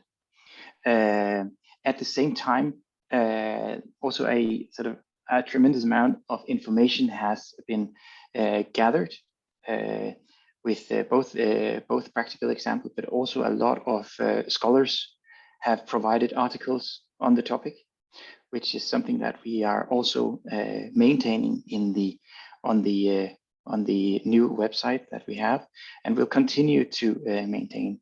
So if any of you sit out there with more inspiration cases or research carried out, feel free to share this with us on info@energypoverty.eu. That if you combine the Energy Poverty Observatory with the concept of the initiative, the Covenant of Mayors, then you basically, that more or less equals the Energy Poverty Advisory Hub. The Covenant of Mayors has since 2015 actually had energy poverty or access to energy in their political commitment. This means that if your city has signed the Covenant of Mayors after 2015, you know that your municipal board have agreed to take actions on energy poverty. This is a good starting point for, let's say, put it on the agenda at the municipal board for the first time, or contacting your local authorities with perhaps the support needed, just like we saw, just like we heard what was the starting point from Zagreb, for instance. This also means that the Energy Poverty Advisory Hub will be the, let's say, the technical annex to the Covenant of Mayors related to energy poverty. This also means that we will be providing a lot of the guidance material that the Covenant of Mayors signatories can follow, and there will be a complete compatibility between what we are doing and what the municipalities that have signed the Covenant of Mayors have signed up to do. Last but not least, the Clean Energy for EU Islands is another local initiative from the European Commission, and here a more sort of broad consolidated methodology for multi-stakeholder engagement has been developed. And this is obviously something we also look towards, also based on what came from Zagreb, on ensuring that everybody is on board. And that in particular, the civil society organizations are well on board and are an active piece in the local authorities possible. So again and again and again, I say the local level, because it is where we will have our starting point. This means that we, with the power of the good example, not only with the 3 municipalities or the 3 cities we've heard today, but with many, many more, hopefully will sort of shake our governance systems and have the good inspirational activities and the solutions to trickle up into regional, national, and EU level in order to ensure a good dialogue that can lead to a even more enabling environment in taking actions on the ground. And here we saw questions also related to information gathering, for instance, and where public authorities can clearly a good exchange of this type of information, obviously taking care of privacy policies too, can really lead to municipalities having this more complex view, or the different aspects, newer aspects to the challenge of energy poverty in their municipality, and therefore also a better foundation to actually take actions on it. So all activities are based on solid information.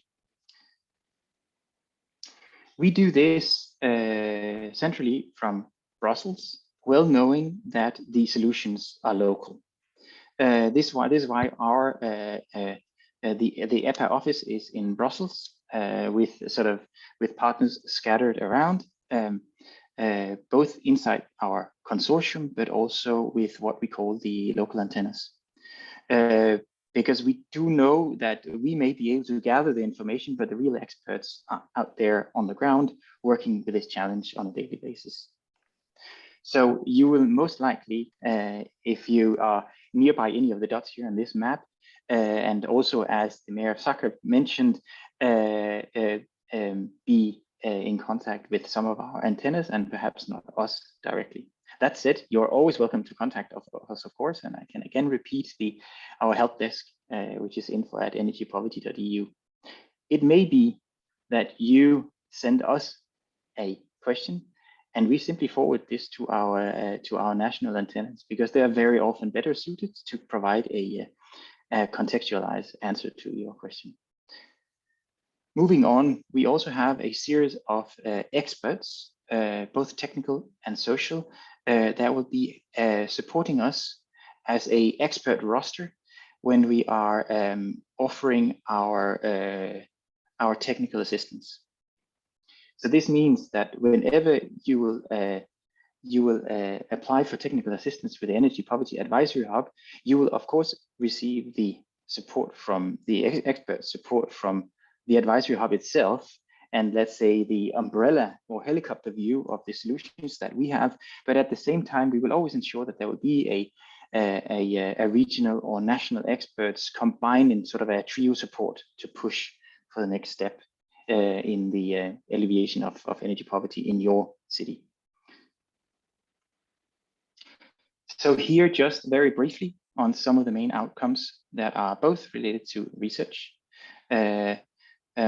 but very action-oriented research as well, sort of leading to very practical guidance. At the same time, you will see that we have the open to all assistance with a call that will open early next year. So I invite you to stay tuned, and if you'd like to subscribe to our newsletter, please let us know by emailing us on, I guess you have you remember it by now, but it's info@energypoverty.eu. You can see also we will have a series of web trainings, which might be a good starting point if the starting point is Scratch for you. We will have both sort of the introduction courses, but also courses where we go much more in depth, and courses that requires a bit of a sort of a good base knowledge.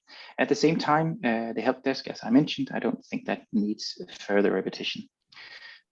That said, you are here in this event, and that's also a very important part of our dissemination. Obviously, these events, these larger conferences, are the crown jewels, or maybe the events with most pomp and circumstances here. But we will also have a series of national workshops where we will have much more focus on the hands-on activities, along with a long series of webinars as well. Some national, some directly targeted Covenant of Mayors signatures, and some more broadly on thematic topics.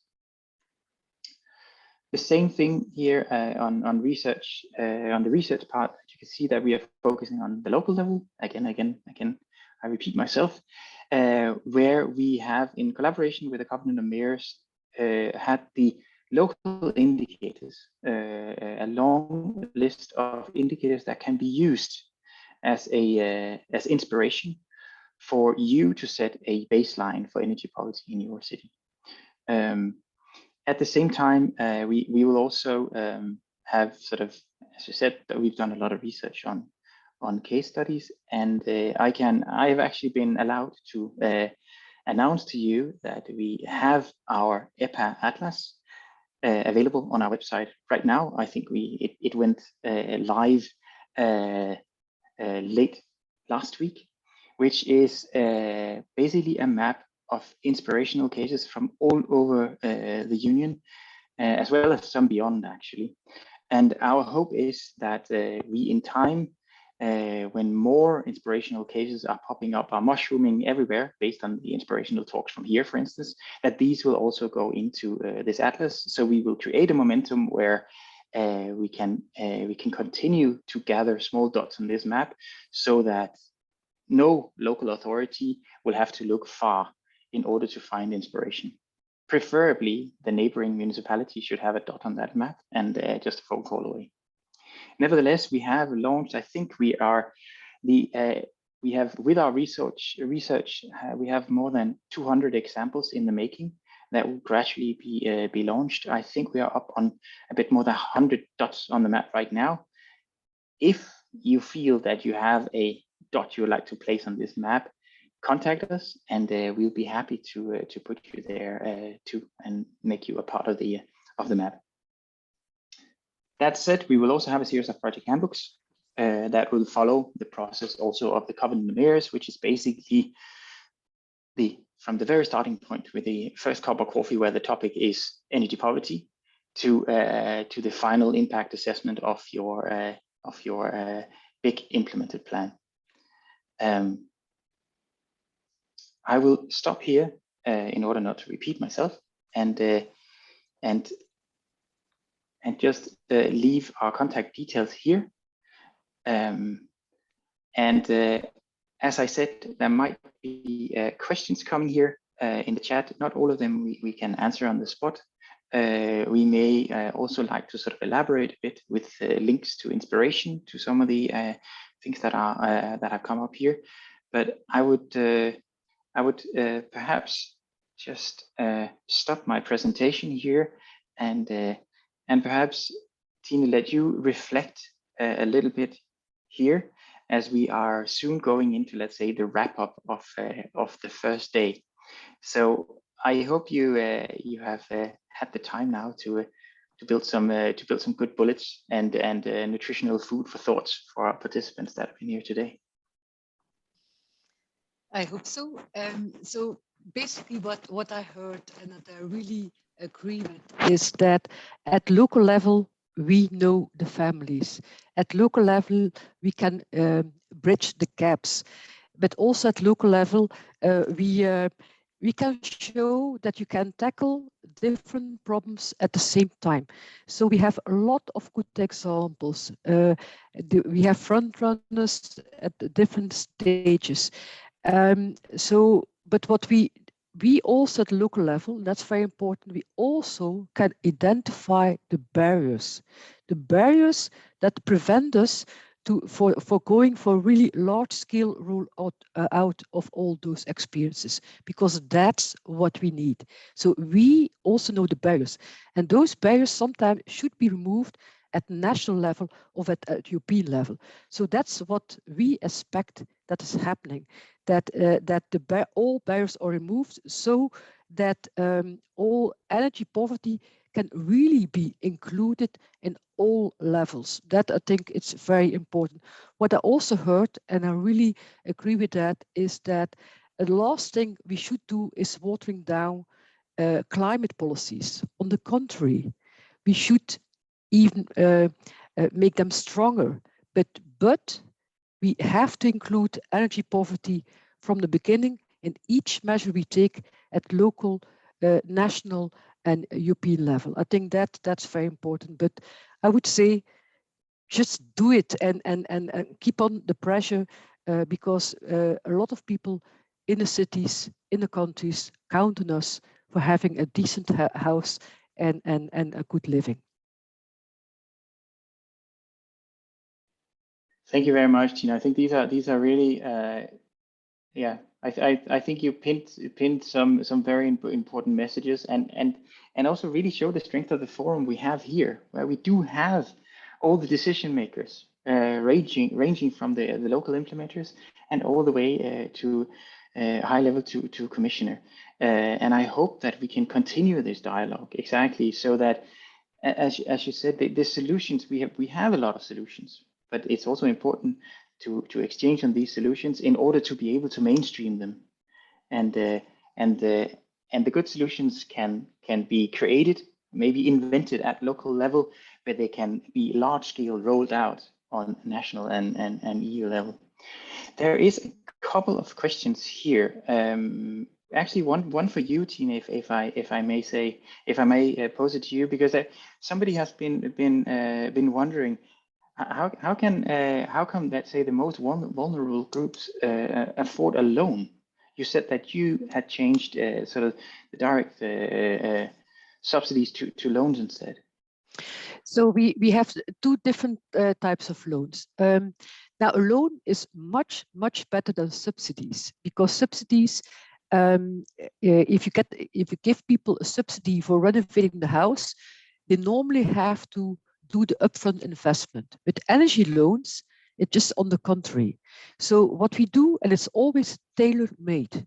So we visit the house of the person, we see what their budget is, and so we can see, okay, that are the steps in your condition that will improve your house the most with the money. And so what's happening is that they can pay back the energy loan because the energy bills are lower. So we see that works. And sometimes it also can have subsidies from other authorities. So we include that. So in the end, they will not pay more because their energy bill will be lower. And with that money, they can pay back the energy loans. But indeed, for a particular group of persons, even that won't work. And that's why we also have the system of subsidy retention. And that is for this group of really, really vulnerable people that even will not be sure and they don't take the risk to take an energy loan because they're afraid they will not be able to pay back the loans. So they only have to give the money back when they sell the house. And that might be, for example, because the person are dying. So it means that, of course, as an authority, in both systems with energy loans, we have a revolving fund because the money comes back. But of course, with subsidy retention, this revolving fund goes much lower. Of course, we are willing to take that as an authority because it's the only way that we can reach the really vulnerable people as well. I hope that was quite an elaborate answer here, Tine. Thanks a lot. I think we are about to wrap up, so I would thank you, Mayor Heze, thank you, Mayor Tomasovic, and Mayor Tude, and what is most important is that everybody today have said we need to exchange, we need to have good examples. So this comes from all the decision makers, from European level to local level. Tomorrow, this will only be about exchange and how we overcome the practical barriers. So this means that today we have identified our challenges. Tomorrow we'll put on our overalls and we will work together on finding and exchanging the solutions. So I'll see you all tomorrow.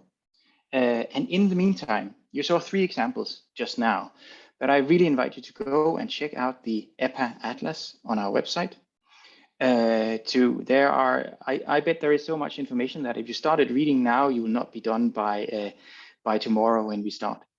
But and hopefully with the conference here, we will have more of you frontrunners come forward with the good examples. And with that, I will close the first day of the public life of the Energy Poverty Advisory Hub. It was a great pleasure to hear that despite we have a lot of work ahead of us, there is a common understanding of the challenges of all levels, which I think is a great start for something good. So with that, I wish you a good afternoon, and I hope that you have gotten a lot of information to reflect upon. So you are coming well prepared tomorrow, where we'll be touching upon the local indicators that will also we have worked on together with the Covenant of Mayors. We will be touching on more good examples, and you will see more in details, much more in details than one I just presented here, what the Energy Poverty Advisory Hub will do. So with this, I wish you all a good afternoon and see you tomorrow.